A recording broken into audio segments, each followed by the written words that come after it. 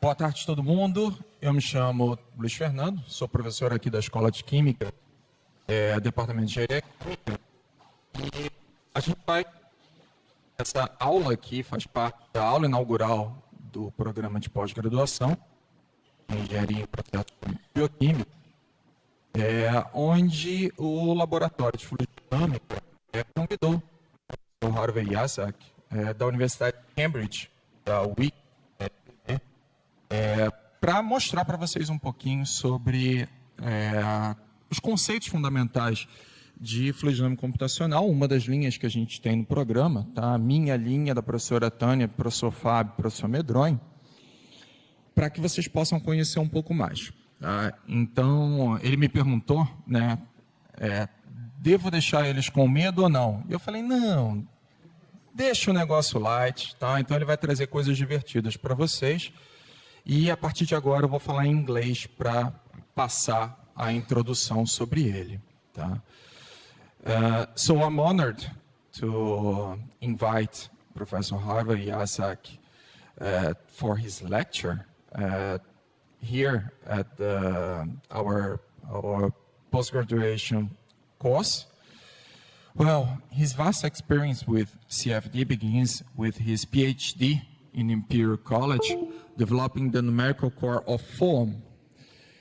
It follows a successful career as a software engineer at CD-adapco, now Siemens PLM, and working on the new generation software of Ansys-Fluent. In 2004, Hrvoje founded WIC as part of the original release of foam into open source, known as OpenFoam. As co-author of OpenFoam, he is chair of the OpenFoam Numerics Technical Committee and a member of the OpenFoam Governance Steering Committee. In addition, Hrvoje holds a professorship at the University of Zagreb, Croatia, and a MacArthur Fellowship at TU Darmstadt in Germany. He is currently a professor in the Department of Physics in the Cavendish Laboratory at the University of Cambridge. His research expertise is vast, but he's actually particularly experienced in the numerical modeling of complex heat and mass transfer systems and multiphysics applications. Well, there's a long time that actually know each other. We met in London. I don't know the year anymore. 2007, yeah. And it was the first time that I tasted a pint of beer and he bought me it. So from now on, we are collaborating in some theses, and it's a long time that we don't see each other, so I'm quite happy to have him here in our house. So let's please welcome Professor Jasak. Thank you. So, hello everybody. I don't think Luis said enough jokes, so I will have to start with some jokes, you know. So in England we drink our beer warm, and it's quite disgusting, so don't do that.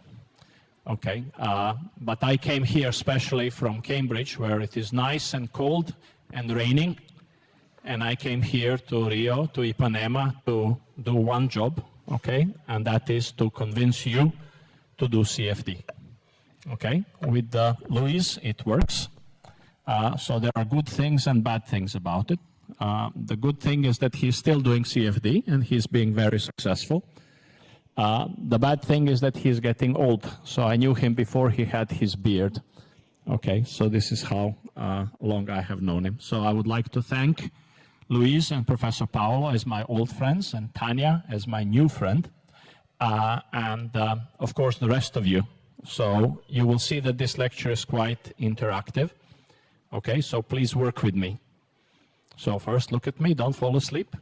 I'll try not to fall asleep as well. Second, if I ask you a question, say something. If you don't know, smile and say, I don't know. Okay, because I don't know either, but we'll work it out. Right, and finally to the point of why I came here, and that is to convince you to do CFD as well. So how many reasons do you need? How many reasons do you need? 3? Okay, that's good. I can do 3. Okay, so the first reason is we make the prettiest pictures. Okay, so that's very important because you have to have something to show on your presentation. The second reason is we use the biggest computers, right? So in fact, OpenFOAM today uses about 12% of the CPU time on top 500 computers, okay, which is a lot of electricity, and that's a bad thing, but I hope some people get the results out of it, okay? And the third thing is on my slides, so it says industrial applications, okay? So for you, it is very important if you do CFD, you also get paid, okay? And nothing moves without money, so that's the good thing. So here is a bit of what I want to talk to you about. So I want to show you what CFD used to be like, and then I will show you what CFD is like today. And you will see that you have many, many applications that you can do. Okay, so these two guys have tortured me this morning for 2 hours about a new problem that they would like to do. And that's really great because this is what it's all about.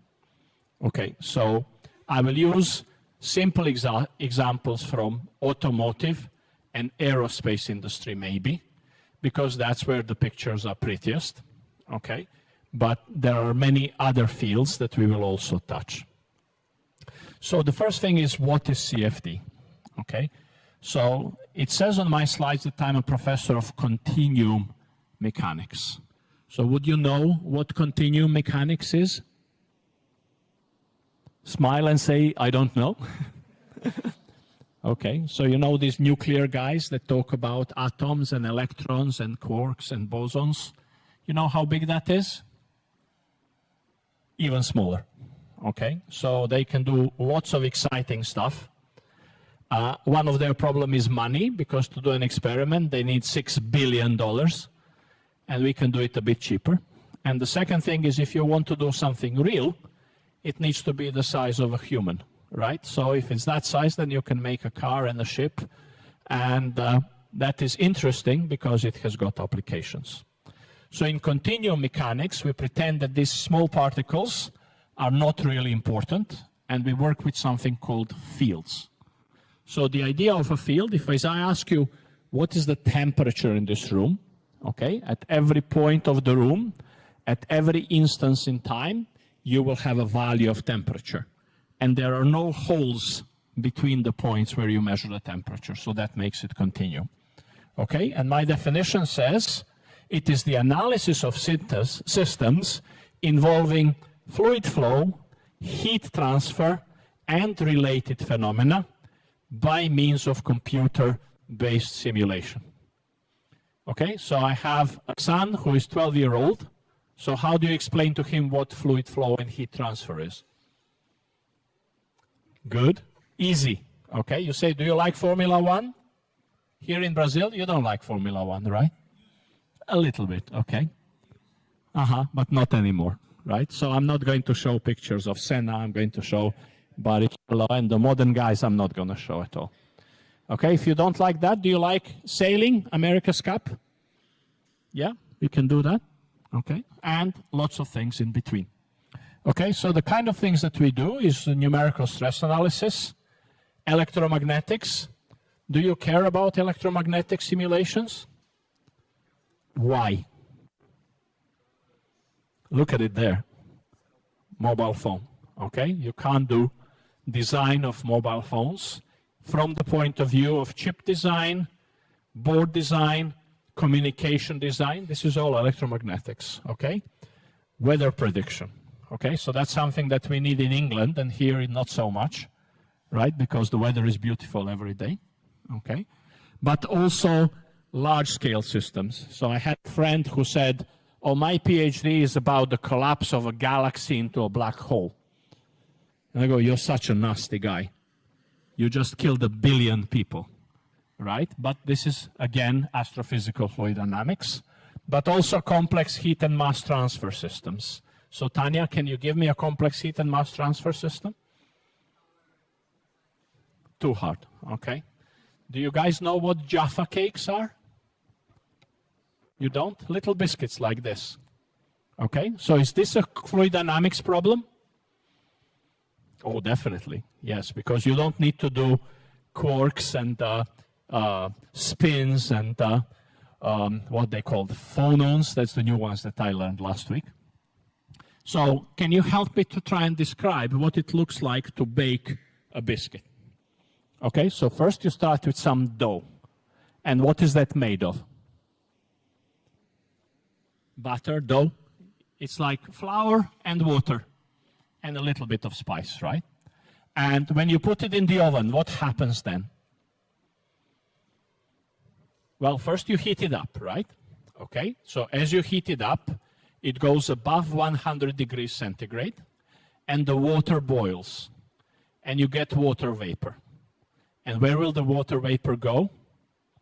Out, okay? So you're going to have the energy equation for heat transfer. You're going to have phase change, and then you're going to have flow through porous media, which is something that Luis does. Okay, what happens next? So the properties of the dough will change because of the level of water content. On the outside, you're going to make a crust, okay?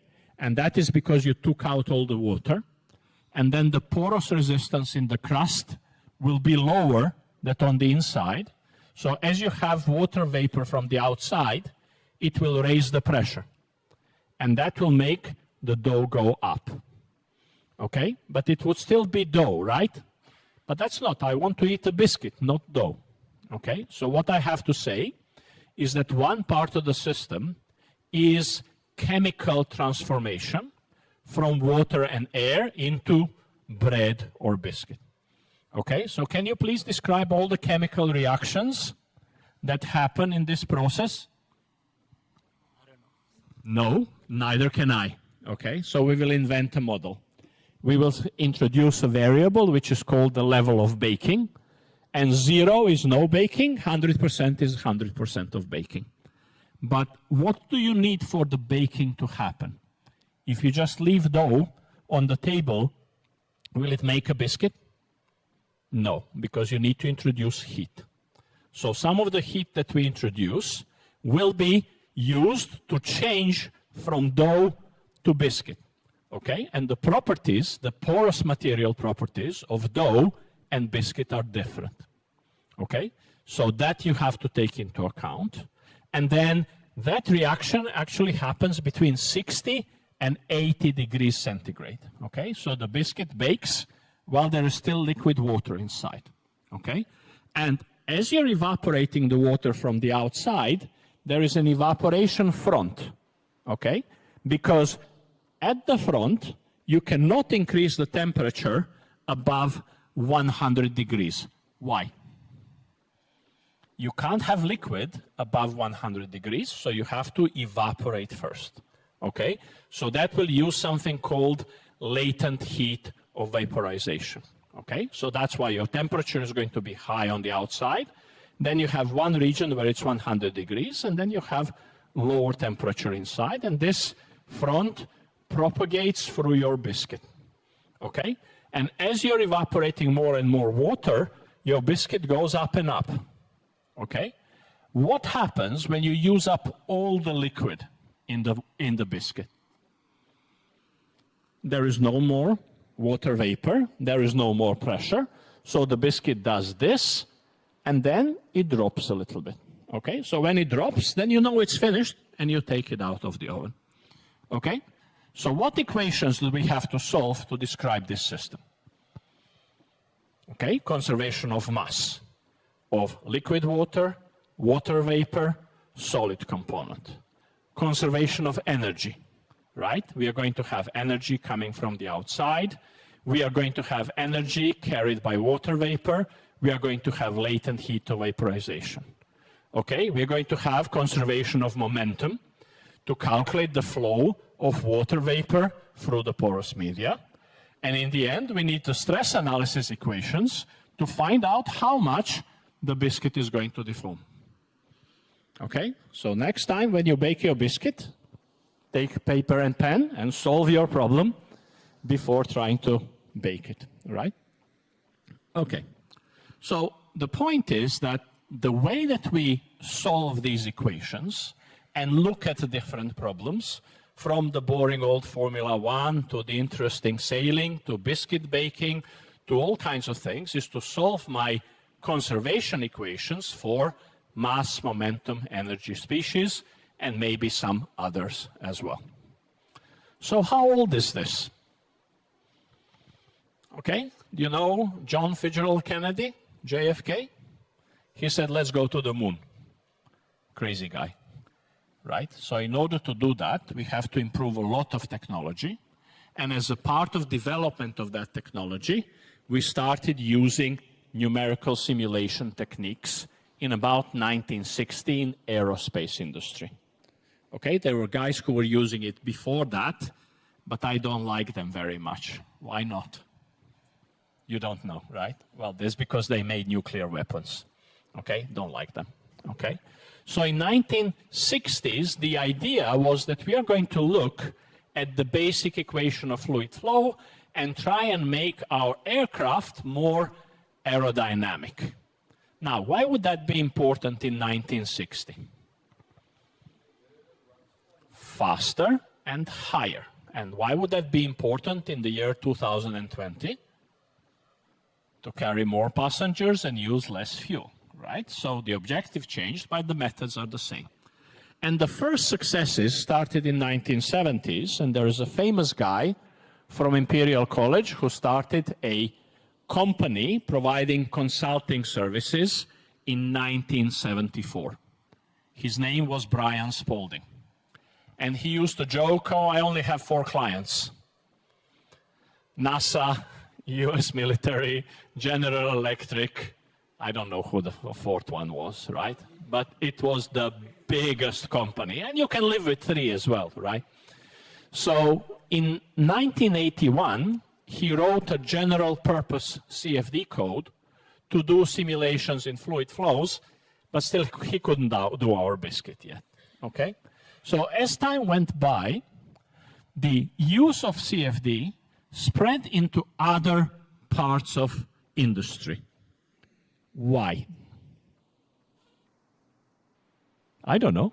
Okay, well, for 2 reasons. The first reason is people really wanted to use it because you could do less experimental studies to achieve the design that you need, be it go faster and higher or use less fuel.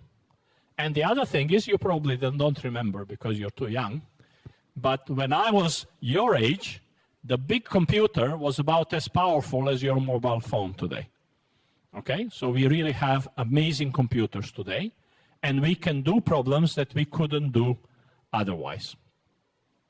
So after that, in about 1990s, we started doing CFD in the automotive industry, and I'm going to show you some pictures. And now in the 21st century, we do many different things. Okay, but I still didn't show you any pictures, right? So let's just consider what kind of CFD we can do. Okay, so Tanya, can you give me some examples of what kind of CFD problems exist?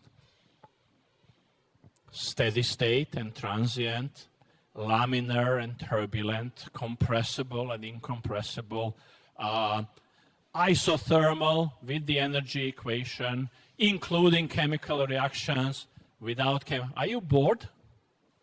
Yeah, okay, so this is like school, right? So let's invent a different way to split CFD problems. And what I will do is I will introduce smooth problems and rough problems, okay? So what would be a smooth flow problem? Can you guess? Okay, so you take something like a wing around an aircraft, or a blade of a gas turbine, or a Formula 1 car, okay? So what's the point about the wing? What do you want to do with an aircraft wing to make it better? You want to fly faster, you want to fly higher. So that means reduce drag, okay? And what will the flow look like? it will look very smooth, right? Because we will spend 40 years optimizing the flow around it, okay? So here I have examples of aeroplane design, car aerodynamics, turbomachinery blade, okay? And the reason for that is if you have a turbomachinery blade, do you know how much energy goes through it? Okay, so I'll give you some numbers from a company that produces aircraft engines called Rolls-Royce. Okay, so they do a turbine, and in a turbine there is something like 120 blades. Okay, the blade is about this big. It costs about $15,000. And they say that this one blade produces 600 horsepower. Do you see my problem? So if the efficiency of that blade is 90%, then I will lose 60 horsepower of power through losses. Okay, so if I can make it 91% efficient, I get 6 horsepower, and that's really good. Okay, can you give me an example of a rough flow? Yes, you can. Okay, so I did a similar presentation last week, and I said, imagine what your fridge looks like. Okay, so you put the milk in, and my old fridge used to lose the milk after about 5 days. It wouldn't taste okay anymore because the temperature distribution inside of the fridge was not uniform. Okay, so if I make my fridge work better so that the temperature is more uniform, then my milk will last for 7 days. Is that good? Okay, but how can you describe the aerodynamic problem of uniform temperature in the fridge? Well, that's hard, right? So the reason for that is that the guy sitting next to you can say, the drag coefficient on my car is 0.23, which is really good. Okay, and you have to say, well, I don't know, you know, because it is about flow distribution and temperature distribution inside of the problem. So in rough flows, what you want to know is how this device operates, right?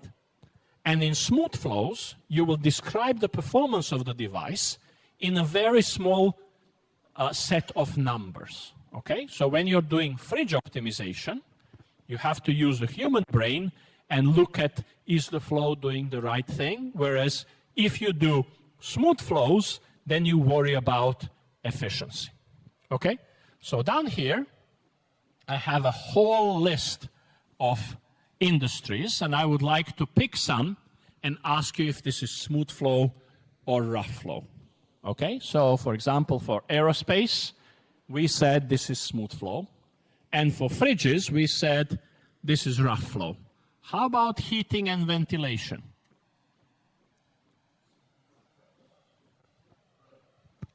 Okay, do you see it around you?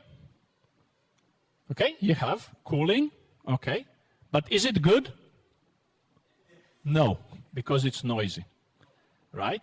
So now what your job is, until next time I see you, you have to make a CFD model of this room and fix the cooling to make it better, okay?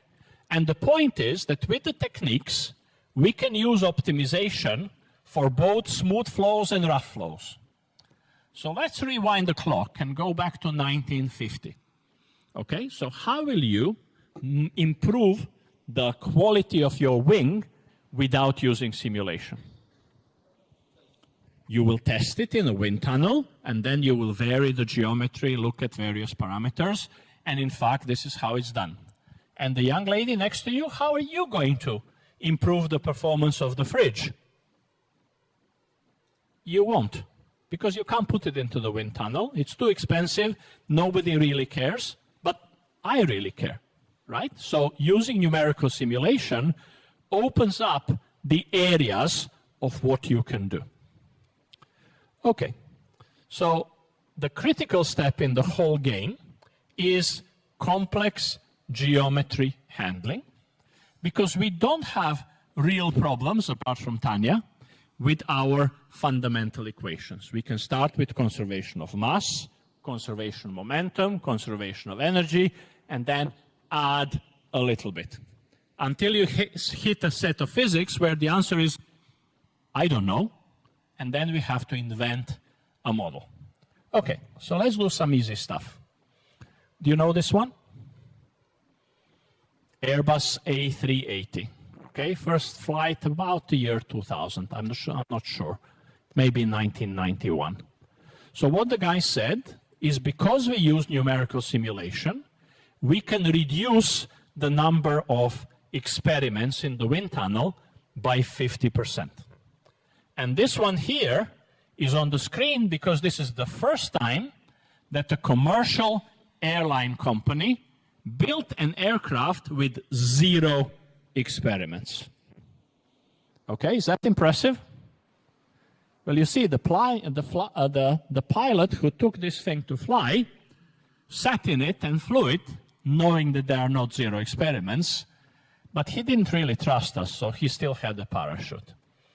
Okay, so this is an example of a smooth flow, but are you impressed? I'm not. Okay, this is much more interesting. Okay, so do you see what that is? That is the inside of an aircraft. Okay, and you have to specify a set of parameters which says that for human comfort, the difference of the temperature between my feet and my head must be less than 1.5 degrees, and the speed of wind next to my skin must be less than 0.2 meters per second. Okay, so I gave you 2 numbers, but in fact this problem is much more complicated. Okay, do you like how nice this is? And by the way, these simulations are being done on a regular basis, and the guys up there are going to do it for your lecture hall as well. Okay? Now, I told you 2 things. The first one is that our computers got very powerful, which is a good thing. And second, in order to describe the real engineering piece of equipment that we have, you have to be able to work with the real geometry. And that means writing the kind of software that can deal with the real geometry. So what happens when you write bad software? You see this one? Okay, so this is the first stealth or invisible aircraft for radars. Do you know what the problem was? The year is 1981, and they can calculate the radar signature only up to about 300 triangles. Okay, so they had to build an aircraft that looks ridiculous because they could only simulate the radar signature for it. But today the aircraft are more around and it works better. But this is what happens when you write bad software or your computers are not fast enough. Okay, so what about Automotive CFD? Now I'm going to click on this one and hope for the best.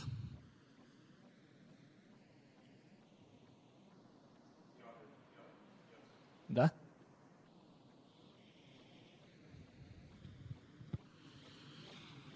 Okay, does anyone know what this is? We spoke about external aerodynamics. This is the Le Mans race. That's what I like to see, big eyes and oh my God, right? So everybody said aerodynamics is steady state. You calculate the lift and drag coefficient.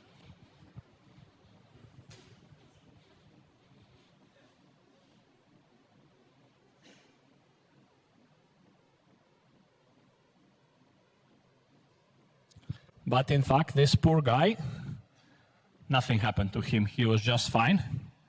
But imagine, this is a 2.5-ton car, and it went flying over a fence which is 9 meters high. Okay? You know why this happened? Easy. They didn't do enough CFD. Right? So not only can we look at the steady state phenomena, we can look at instability phenomena as well, and make sure that our cars and aircraft don't just work on the design conditions that we specified, but also off design. Can you do this in a wind tunnel? Do you want to do it in a wind tunnel? Okay, so this is a nice example of what you can do. So let's just take a little ride to show you how CFD developed from 1980s until today. Okay, so what I told you in first is we were doing wing design. Okay, and this is quite a modern mesh and quite a modern simulation, but it is two-dimensional. Okay, so can you tell me which variable is being used to color the picture? How do you know? Okay, so you're going to have a stagnation point here, low pressure at the top side, here's going to be a shock here, that will give you the lift force in transonic flow, which lifts the aircraft. Okay, so at that time, these guys even started doing three-dimensional wings for what we need bigger computers. Okay, and the guys from the automotive industry were jealous. So they said, we want to do some of that as well. Okay, so I got a picture of this. Do you know what this is? Okay, so this is a simulation from about 1985. And when I was doing this lecture in Italy, one of the guys from the audience says, oh, I know what this is. This is a Porsche 917. And I told him, no, it isn't. Okay, but in fact, this is the first successful comparison between automotive CFD result and experimental data. Okay, so that Porsche, because it's a Porsche, wasn't as bad as a Mercedes that I showed you before. Okay, but if you look carefully, here in the streamlines, you can see a little vortex.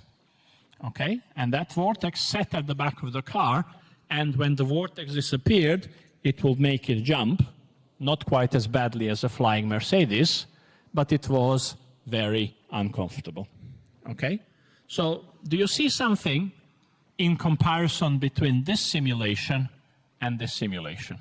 Well, that one also looks like an airfoil because it is a 2D cross-section of the car.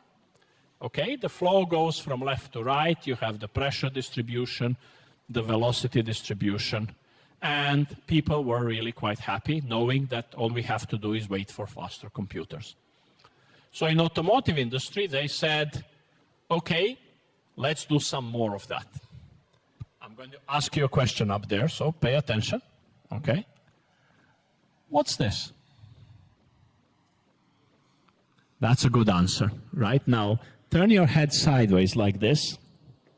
Okay. And what you're going to see is a valve in an internal combustion engine. Okay. So the contour of the valve is this. This is axisymmetric. And the valve seat is this.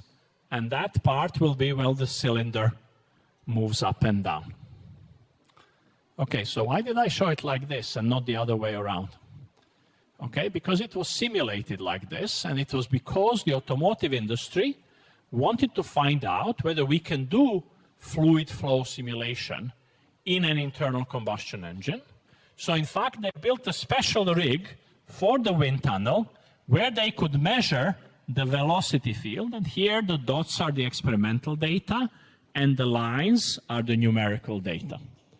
But why did they do it like this? Because at the time, the code was written so that the inlet is on the left, outlet is on the right, and the walls are top and bottom, which is completely crazy, right? So as time went by, we could capture more and more of the geometry, okay? And here you can see the examples from 1990s showing you a Formula One car. Is it cool? No, it isn't. It looks horrible. I mean, look at the wheels. Look at the front wing, okay? But fortunately, optimization at the time was about the nose and whether the nose should kiss the front wing or stay above the front wing, whether you can make a car a little bit shorter or a little bit longer. But the critical thing about it was that you have to have the real geometry, okay? And we needed better tools for everything. Better tools for mesh generation, better computers, larger meshes, etc. And as time went by, we got to more serious simulations. Okay, so the bottom left, anyone know what that is? So that would be a coolant system on a Mercedes-Benz 6-cylinder engine. Okay? The mesh had 157,000 cells. You could do the simulation on the biggest computer of the time in about 24 hours. You happy with that? Me too, but it took them 2.5 months to build the mesh. Okay, so there was always a problem with mesh generation. Also down here, do you see these? They're like little people inside. Maybe I can show you.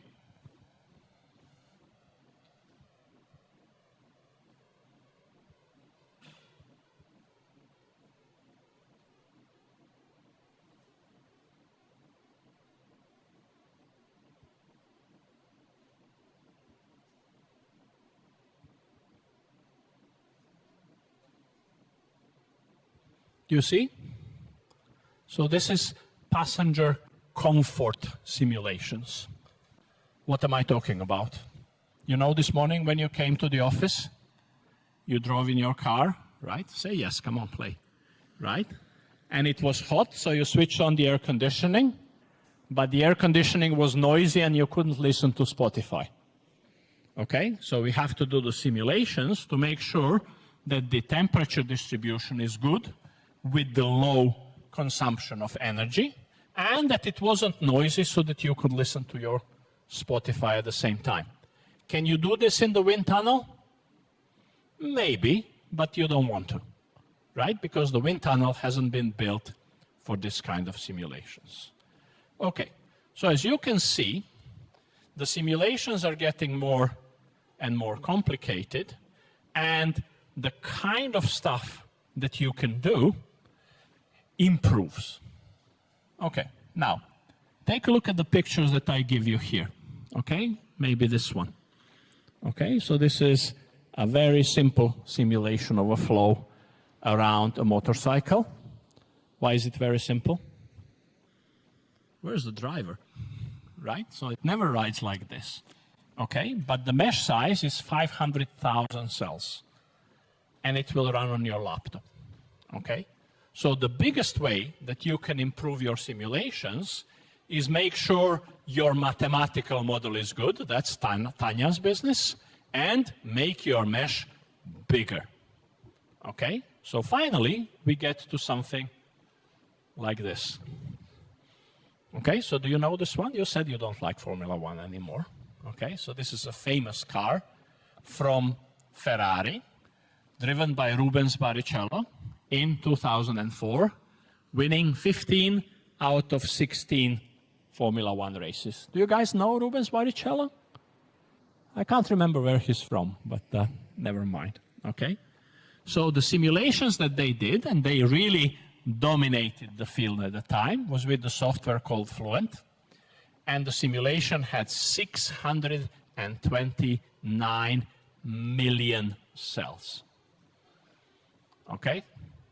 Between you and me, it was completely useless, okay, because you could not do variation of the geometry, because the process of building the mesh took something like 2 weeks.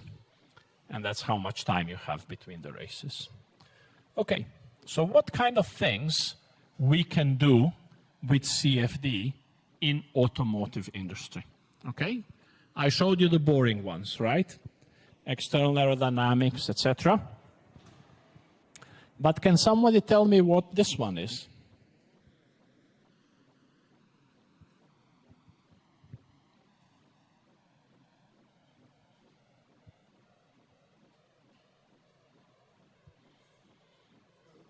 Huh? Fuel, that's right.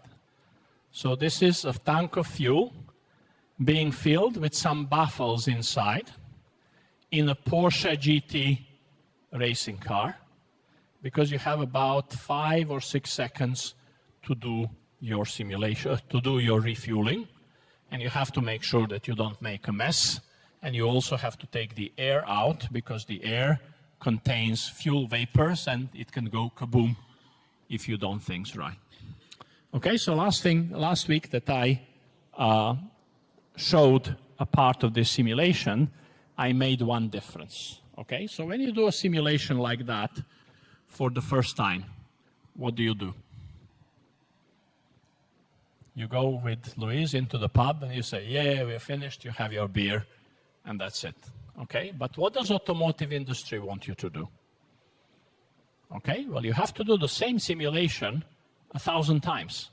You change the geometry, you change the flow field, you change the viscosity, you change the turbulence model, you change all kinds of parameters to find the optimal design.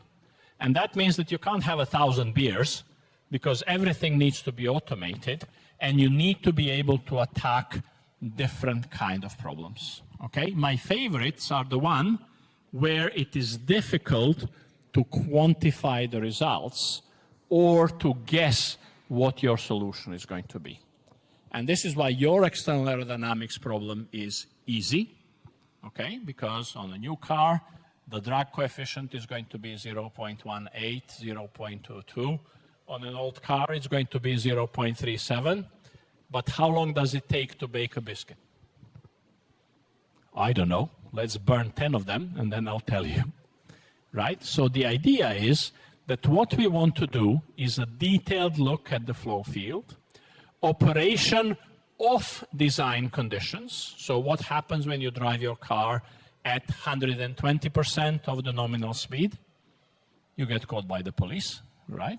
Or when you drive at 40% of nominal speed, or when you're accelerating and decelerating to make sure that you don't lift off like my poor Mercedes. Okay, so today we can do a lot of things with CFD. Okay, we can do incompressible, compressible flows with different kinds of algorithms. We can do heat transfer, chemical reactions, multi-phase flows. And by the way, for all of that I said so far, you have experts here in the room. Okay, and you also have companies like Petrobras and Embraer who really want to give you money to do this kind of thing. And you also have various other reacting flows, electromagnetism, magnetohydrodynamics, and various other things. And for my last trick, I'm going to show you a simulation, and you have to guess what it is.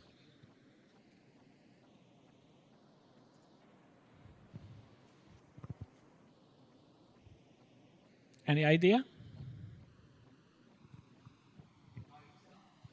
Sorry, didn't hear. Can you shout louder?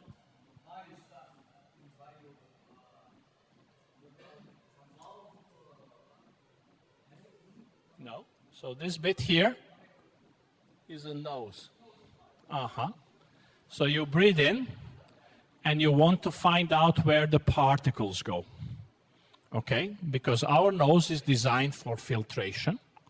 So the big particles will hit the surface of the nose, and you have this liquid kind of protection to take away the particles and protect your lungs.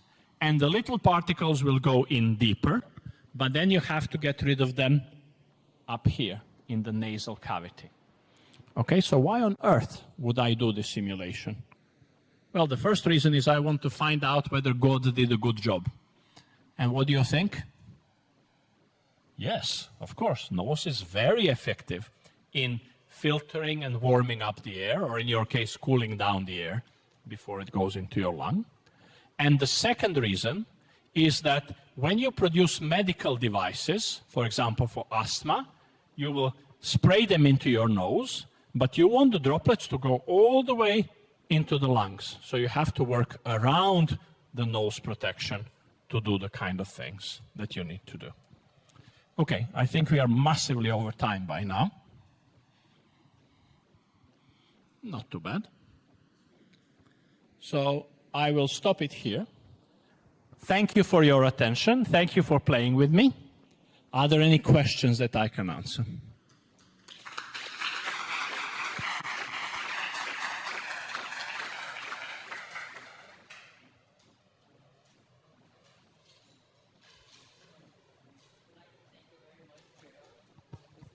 Thank you very much. What did you get? Thank you.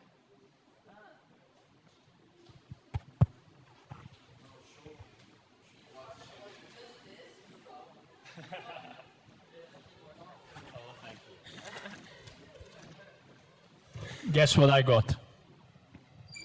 Flip-flops, right? And guess where I'm going? To the beach. Thank you very much. Thank you, Louise.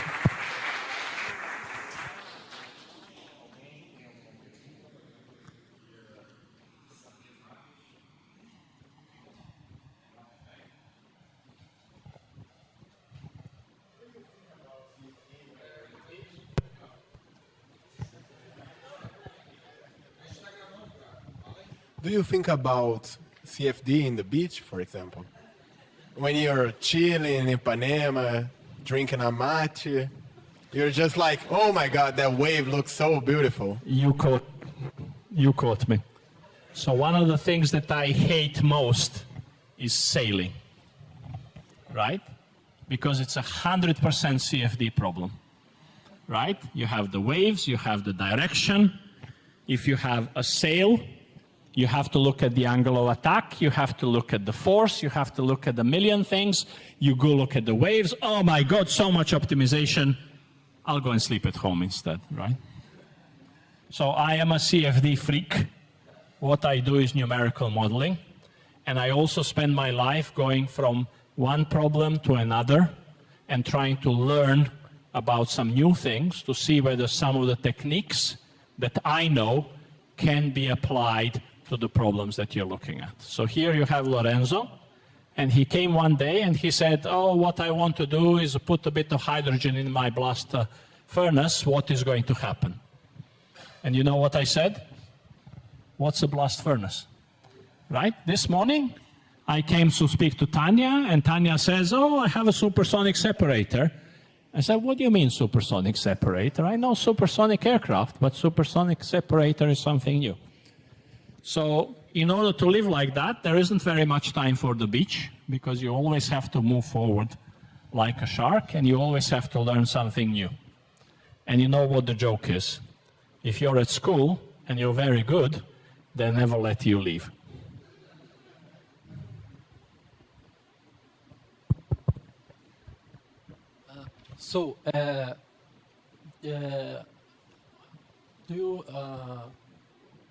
When you say about how can we get good results in CFD, one of the problems is the mesh. So how can we build a good mesh? How can we get a great mesh from, I don't know, a tank or something else? Good question. You know what you have to be to build a good mesh?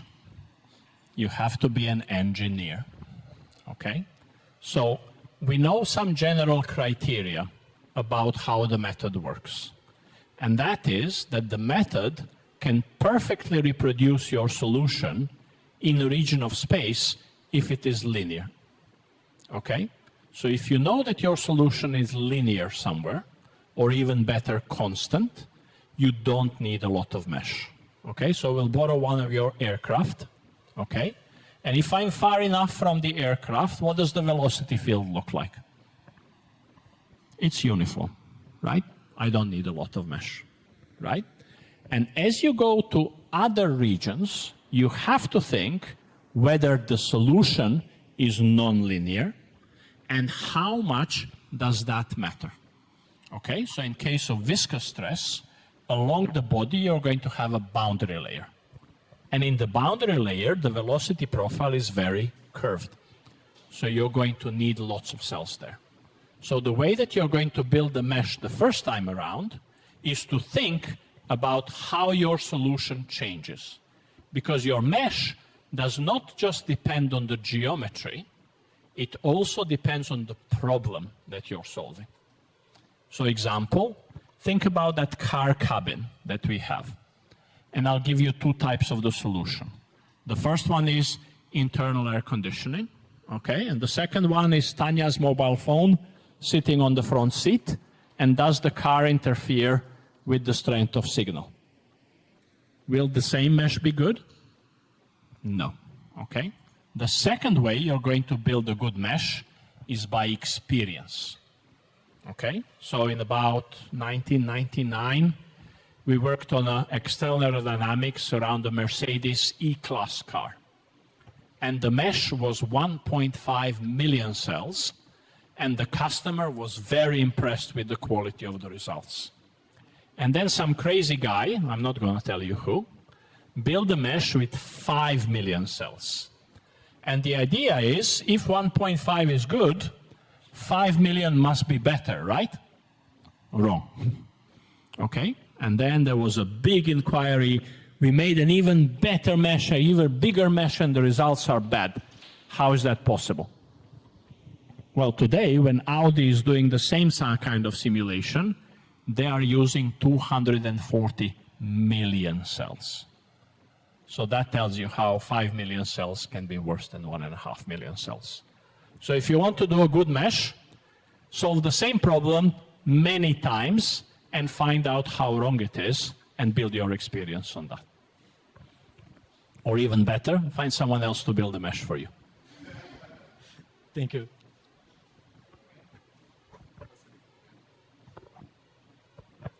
Hi. I like to ask you, do you see any difference in the value that CFD has to engineers in specific areas using it or as a consulting tool? Like, I mean, if we have an engineering that is focused on CFD and then on consulting, this has some value. And if we have an engineer that already works on certain area and uses CFD as a tool to improve this specific area, do you see any difference on those applications? Okay, I'm not sure that I understand your question. So like with meshes, I will try and answer, and then you tell me whether I'm wrong or not. Okay, so from what I told you, you might have think that I like the computers. Not really, okay? If you switch off the recording, I will tell you the computers are a pain in the ass. They cost a lot of money, they never do what you want. When you really need them, they break down, okay? So in terms of developing CFD simulation tools, it is more important to know what are they for, okay, than how they are written, okay? But if you want to keep a piece of software living for a very long time, you have to write high-quality software. And this is one good selling point of OpenFOAM, because it is really well written. The reason why it is well written is that, like with meshes, we wrote it badly the first time, and then we threw it away and did it again and again and again. So when you write something 3 or 4 times, you will learn how to write it better. But you should not be happy just by the fact that you got it to work. Okay? The second thing is that CFD is not really mathematics. It is not really computer science. It is making useful models based on limited amount of data. Okay? You want to play the game? So I will answer the question how conservation of mass works in terms of physics, and then I will ask Tanya to explain how a turbulence model works in terms of physics. And for me, conservation of mass is one of fundamentals law of nature, and a turbulence model is some stuff that works. You understand the difference? Okay, one was made by God, the other one was made by Tanya. Okay, and one of them is more powerful than the other one, but I'm not going to comment on which. Okay? Unfortunately, or fortunately, to be a good CFD engineer, you have to be good at software development, you have to be good at computers, and those are the things that you can learn. Okay? But foremost, you have to have an engineering approach to understand the problem that you're solving and address that problem to the level of accuracy that you can. Okay, so to take it back, okay, at the beginning of the story, we said that the drag coefficient for your wing is 0.12. Okay, how much error am I allowed to do? Okay, so I don't know for an aircraft wing, but I will tell you for a car. Okay, so your drag coefficient is 0.21, and I'm allowed to make an error of 0.01. Okay, because if I miss by more than 0.21 to 0.22, you will not be able to do optimization. Okay, currently with CFD, we can do between 0.0025 and 0.005. But we can also get the distribution of the force along the car, and that helps you to do optimization. Okay, when I'm in the fridge, how much will I miss the temperature in a CFD simulation? Well, let me ask you this way. What's the temperature of your fridge? Does anyone know? 3 degrees. Okay. So if I do 2.5 or 3.5, I'm still fine. Yeah, but this is half a degree on 3 degrees, which is ridiculously bad. But because I'm looking at the rough flow, the result is good enough. So why am I bringing this up? Because what we just did is an engineering judgment on the accuracy of results that you're not going to have. And there is the other guy, the other half of the problem, and that is your boss. And you know what the boss says? I want this done in 2 hours. Okay, so can you do perfect accuracy in 2 hours? Only if you have to. Okay, did I answer your question? Yes, you did. Okay. Thank you. Thank you very much. Shall we stop here? There is one more there. Hi, do you have some types, and in your opinion, what's the better way to start to learn about CFD and the OpenFOAM? Yes, do it. Okay? So you need to read a little bit to understand what you're doing, and then try and do a simulation. Okay? If you're lucky, it will be possible to do the results. Otherwise, go and talk to Luis and Tanya, and if they say, are you crazy? Then pick an easier problem. Okay? So you need to learn through some basic courses to teach you conservation of mass, conservation of energy, conservation of species, chemical reactions, various other phenomena, and you slowly build your knowledge from the bottom. You need to learn something about computer science and how to operate your computer, and then just look at the problems that are interesting for you and see what the CFD solution looks like. Okay? My advice is don't do sailing. That's too hard. Okay, thank you. Again, thank you very much, everybody. Over to Luis.